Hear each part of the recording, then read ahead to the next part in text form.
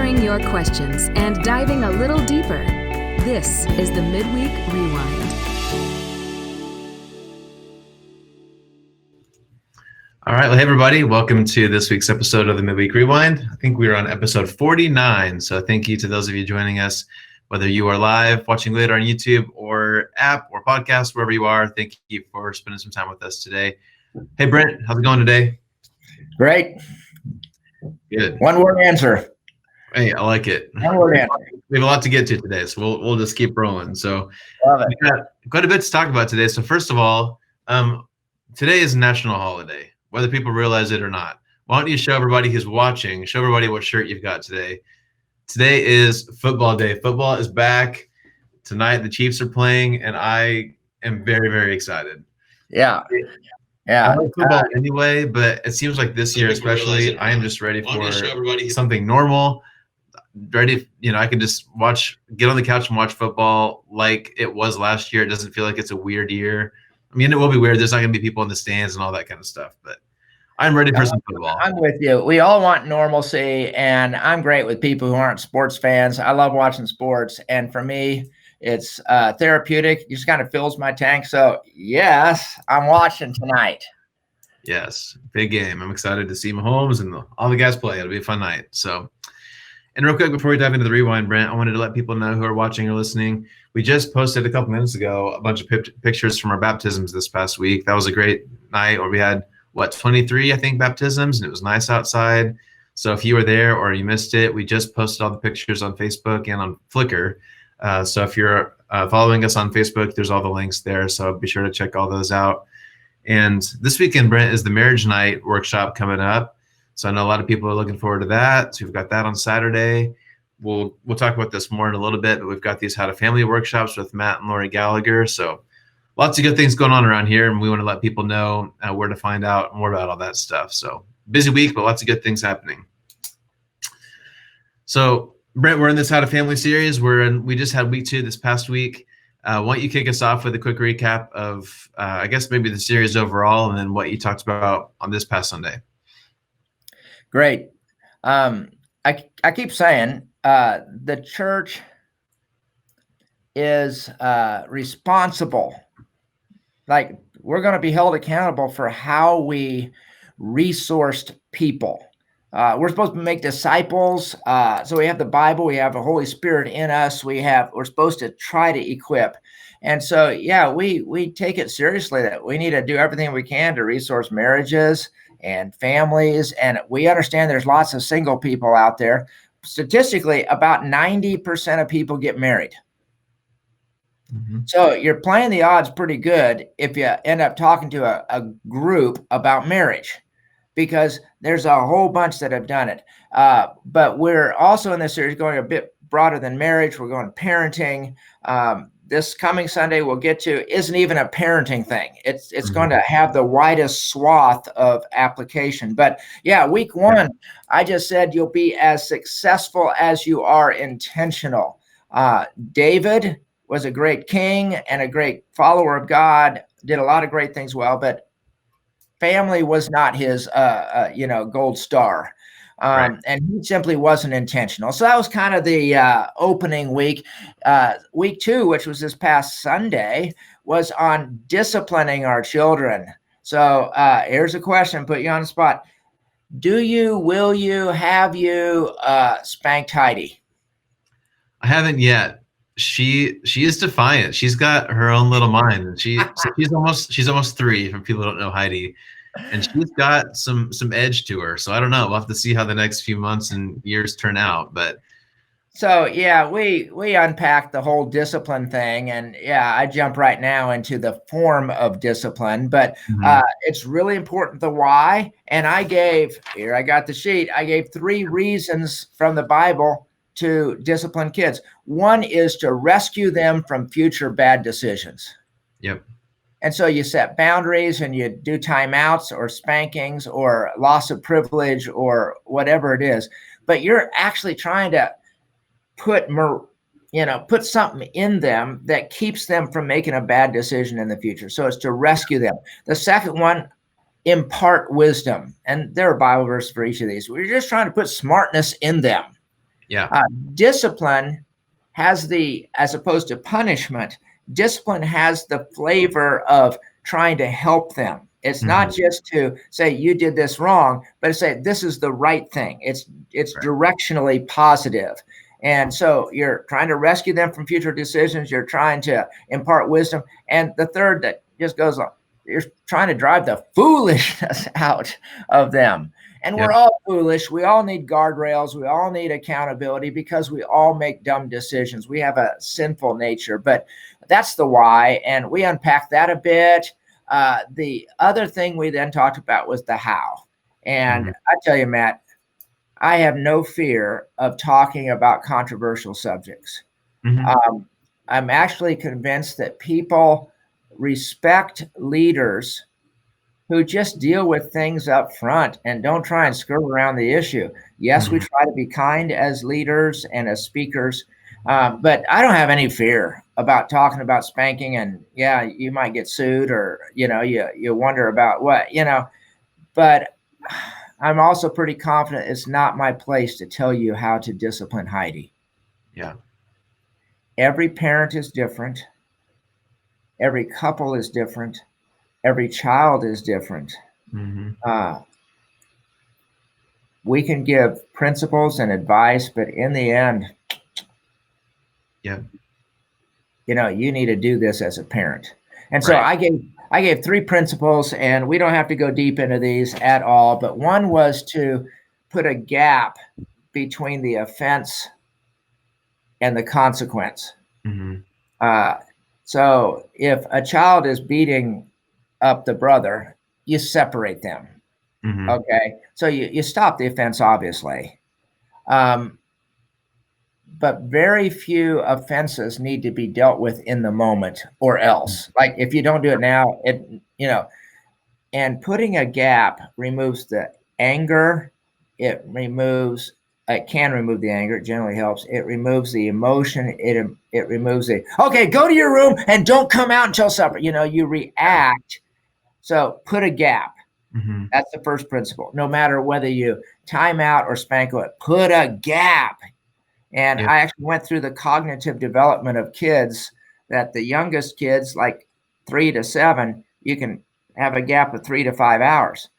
Beyond that, they don't really remember what happened yesterday. Right. Okay. And then the next category, whatever it is, 8 to 12, you have 24 hours. And then the next gap, 13 to 18, you have 5 days or whatever. But put a gap. That was the first one. The second one was the pain of the discipline needs to outweigh the joy of the disobedience. And I'm not talking beating your kid with a stick pain. I'm talking it needs to do something to deter. Right. And I gave the example that I wasn't a timeout works for me as a kid. If I'm tormenting my sister and mom says, go sit in the corner for 15 minutes, like, okay. Yeah. I got an imagination. I can be happy in my own little world for 15 minutes. And I think, okay, time out, torment my sister. Torment my sister. So somehow parents need to entertain that the punishment, and there I'm using that word, or discipline, doesn't have to fit the crime. And I gave the example from Numbers 20, I think it was, and Moses, who was told to speak to a rock so that water would come out, and he hit the rock. Yeah. Okay. Minor foul. God dropped a big consequence. He said, you're not going to enter the promised land. And we think, what? There's something to that. Every act of disobedience of an authority is a big defiant act. So you say to your daughter, come here. And she doesn't.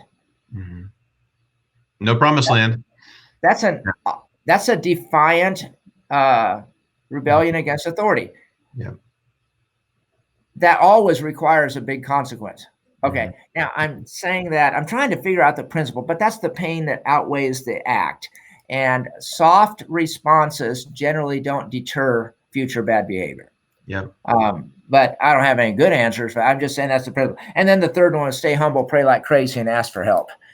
We're all, I don't care if you have kid 2, 3, 4, 5, or 6. In so many ways, it's a start over every time. Yep. Yep. I'm just very hesitant to call any current parent an expert. You become experts when your kids are no longer in the home, or you think you're an expert before you have kids. Anyway, but we talked through that and had a great time last night with Matt Gallagher, and he had some very helpful things that I would have liked to know when I had kids at home. But things like he has the opinion, I support it. If you spank, honestly, you should be done by age 5. Now, I know I got spanked through probably 3rd, 4th, 5th grade. And Matt points out, okay, you don't spank a junior high or high school. It doesn't make any sense. Right. But he had lots of stuff. Anyway, that's a little bit of review. Enough rambling. Hey, we got some questions on the side there. Okay, well, first, before we get to the questions, I got a funny story. You ready for this? So I'll share an example of when I was a kid, when discipline works differently for me and my brother. So for those of you who know me and my brother Ryan, I don't remember what was going on or how old we were. We were kids and we did something wrong. We were being punished. And so my dad said, all right, boys, you're in trouble. Go outside and run around the house 10 times. And again, I don't remember how old we were, but like for me, that was a punishment, because for me back then, I was not a runner. I was not in shape. That was a punishment. A couple of times around, I was done. I was probably, huffing and puffing and not having a very good attitude. Ryan finishes his 10 laps and he comes up to my dad and he said, hey Dad, that was pretty fun. Can I do 10 more? So, perfect example of the punishment needs to have more pain than joy, and it works differently for different kids, right? So that was an example from the Ayersman household of how that might work. So I've got a couple more things I want to get to, but we got a question from our friend Nate here, and he said, you talked about telling kids what to do rather than asking or phrasing it as a question. He says he understands why you said that, but it also can sound rude or harsh. We need to teach kindness and politeness by example. How do you balance that, Brent? How do you tell your kids what to do without coming across as rude or teaching them that it's okay to be rude? Right. I can't answer that.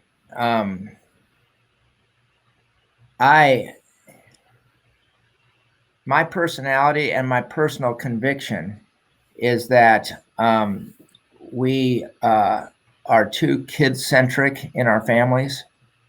My personal conviction is that parenting, we've become coddling. We're overprotective. We overpraise. By overpraise, I mean you got a 4th grader who's making their bed and you just oodle all over them because they made their bed. Well, that's like a basic expectation. And so this is partly my personality, but it's partly the reality that God doesn't ask us to do things. He tells us to do things. And sometimes he sounds harsh. And often he sounds really soft. The bottom line is we need to know that God is our authority and he tells us what to do. Does he love us? Absolutely. So when Nate says this, I absolutely agree. It would be a big mistake if I sounded, looked harsh. Can't do that. There are ways to prove to your kid that you love them and to use a nice tone of voice. But my personal opinion is that we as authorities reflect to our kids the same kind of posture that God had. He tells us, sometimes he sounds harsh, but he's always loving, always for our best interest. And most of the time, he seems to use a sweet voice. And so I think we ought to use our sweet voice, but I think we should try to reflect our authority over our kids like God's authority is over us. And fundamental to that is it's not a choice. Mhm. You're not asking a question. But Nate brings a good point. And I'll give another funny story from our house. So we're teaching our 3-year-old Heidi, or almost 3-year-old Heidi. Her default is to demand things, right? If she wants something, she'll say, "Hey, Dad, give me this." And we're working on say, "No, you need to say, can I please have this?" And she started correcting us, right? Did this ever happen to you, Brent? Sometimes I'll say, "Heidi, go put your plate in the sink," and she'll say, "No, Daddy, say, can you please put your plate in the sink?" So sometimes kids are a good reminder. We need to use our you can make a statement with the word please. Yeah. Not Heidi, can you please? Right. But Heidi, please go put your plate in the sink. Yep. So, she's starting to notice when we don't use our manners. So just a funny deal. All right, I got to go to another statement that is completely off target, but not off target, but it's off subject. But at the beginning of this rewind, I showed off my Chiefs shirt here for tonight. Sure. And we know this whole political kneel, disrespect the flag, the blue line thing, and support our officers. And it's just a big mess. And so one of the questions posed here is essentially, what do we do as Christians if we believe that out of respect and kind of the tradition, the football players stand in respect as opposed to those kneeling in protest? And should you watch the Chiefs? I do not have a right answer. I don't know that there is a right. I have a personal opinion. So this is my personal opinion. I personally don't understand how the protest, this is me personally, so not as pastor here, I'm going out on a limb. I just don't understand how kneeling in protest, at the beginning of football games, basketball, accomplishes anything. I just don't understand it. Okay. So I have my reservations and whatever about it. I'm in my mind able to separate what I might disagree with, so they might kneel and protest, from watching the game.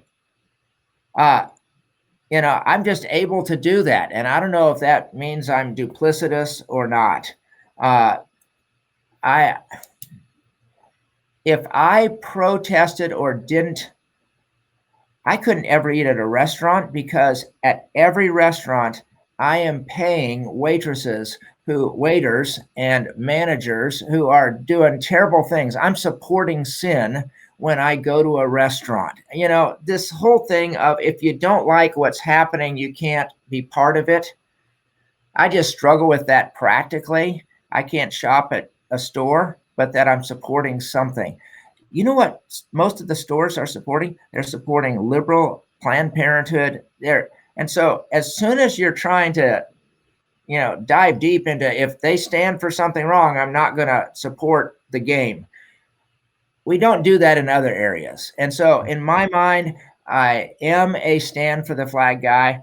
I do believe there is racism, and we need to do something about it. September 27th, we're going to have Pastor Dion Gates, African-American guy. He's going to preach about racism on Sunday morning, and there's going to be a Q&A on the 30th. So I'm all for trying to deal with racism. But yeah, I'll enjoy the Chiefs game, whether they stand or kneel. And that's just Brent. I don't have the right answer. So, okay, enough on that. What else we got, Matt? One quick thing to add to that, what you're talking about is it's kind of be known as cancel culture, right? If you don't agree with something, it should be canceled. And again, the problem with that is eventually there's nothing left, right? Like, you and I won't be here because people don't agree with you or me about everything that you and I do either. And so the danger in some of that response is if you take that too far, nothing, including yourself, is able to do anything, because you can't let one opinion or stance tear down the whole establishment, or you're left with nothing. So anyway, right. We're very in a messy live culture. With joy, live with kindness. Give some flack. Give some space to people who might disagree with you. The kneel for the flag. I know that those who do it and protest, they have their reasons, and I need to be cautious in judging that, really cautious. But I also have to just think, how do I respond? And I'm able to still enjoy a game, even if I don't like how some of the players behave off the field. Mm-hmm. Like, I like some really good players who are really immoral people, but I still like to watch the game. So I'm able to do that. I'm not defending it. I'm just saying that's me. Yeah. It's messy. And it's a good question, Nate. So thanks for posting. It's messy. Yep. Well, let's get back to a parenting question. We've got Lance who had a good question. So I'll ask you the question, but then I'm going to actually toss to something from that Matt Gallagher said. But we've got a question from Lance here who said, what do you do with a child that gets punishments all the time, but they never make a difference? Lance, that's a great question. I'll let Brent answer here, unless he just left. I don't know where Brent just went, but first thing. Okay, awesome. So I would direct you, Lance, or anyone with a similar question. That's a great question. Matt Gallagher talked about that at our workshop last night. So if you follow us on Facebook or on YouTube, just scroll until you find the How to Family Workshops with Matt from last night. And I think he gave some really good answers about that. So check that out. And then also whatever Brent's about to say. So in Jeremiah 7:28, God gives an instruction to Jeremiah to speak to Israel, and he says, you need to tell Israel this: you are a nation that does not listen to the voice of the Lord their God and will not accept discipline. Truth has perished. It has disappeared from their mouth. So here is a nation where God has disciplined and the spanking, the timeout, the loss of privilege, ground them. We try everything, reward system. None of it changed their behavior. They didn't respond to any discipline. And I think the question being asked is, what do you do when your kid doesn't respond to anything? There's no change of behavior and no change of attitude. Back up. What do you think God's going to do with us? So 1,000 times over, he tells us to forgive, and he tries to get our attention, and we just never forgive someone. What does God do? Does he take a break?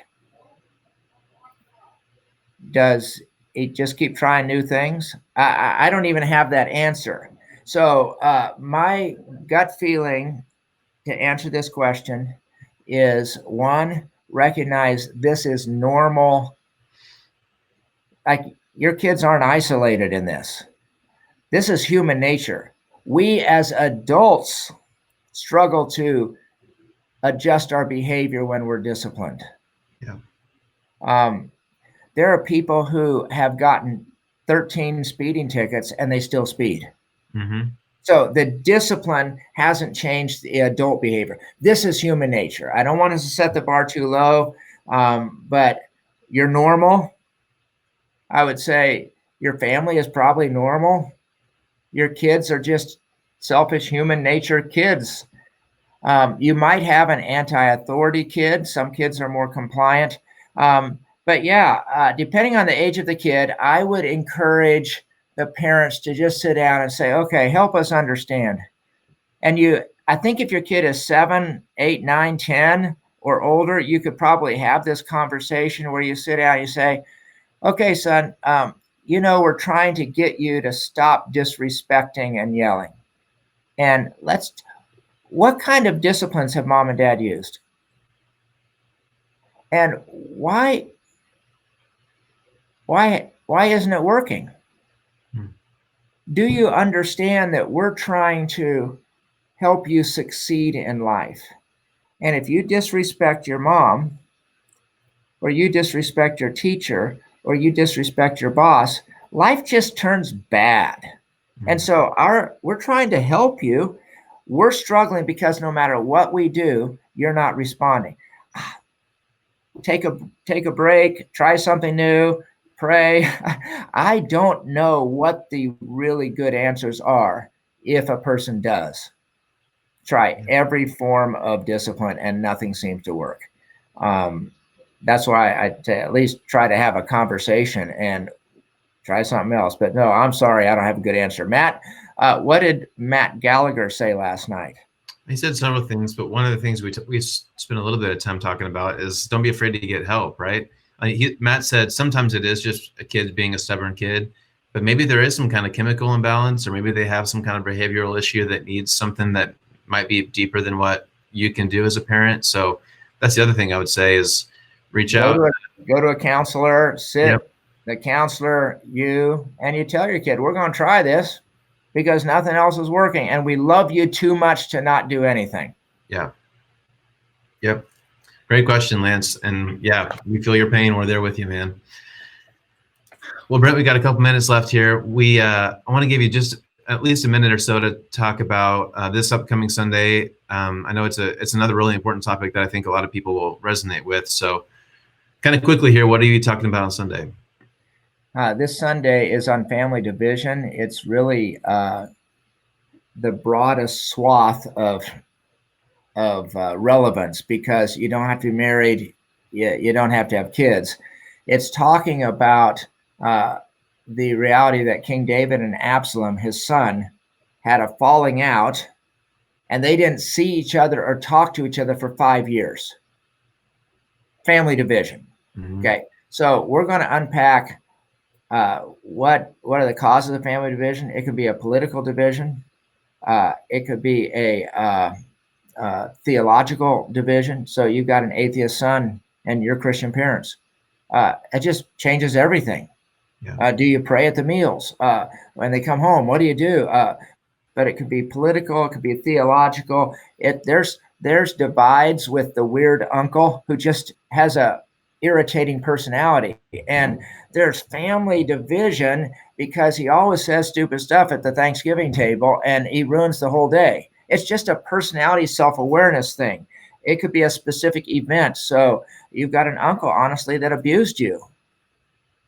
You've got a dad that is an alcoholic and he beat you. And yeah, you're trying to do Christmas together and there's division. So there's multiple causes of division, and then your response. And we're going to unpack responses. Some people refuse to get together. That was David and Solomon. Sometimes there's one party trying to fix it. Absalom was the initiator. I wonder if Absalom didn't initiate the reconciliation, if it ever would have happened.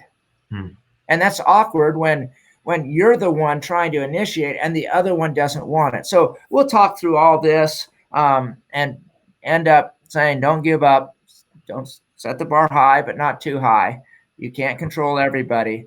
Your family may never get fully healed on this, but do everything you can. And so that's more than 1 minute, but it's going to be an interesting discussion, I think. It's a very important topic, especially now in today's world.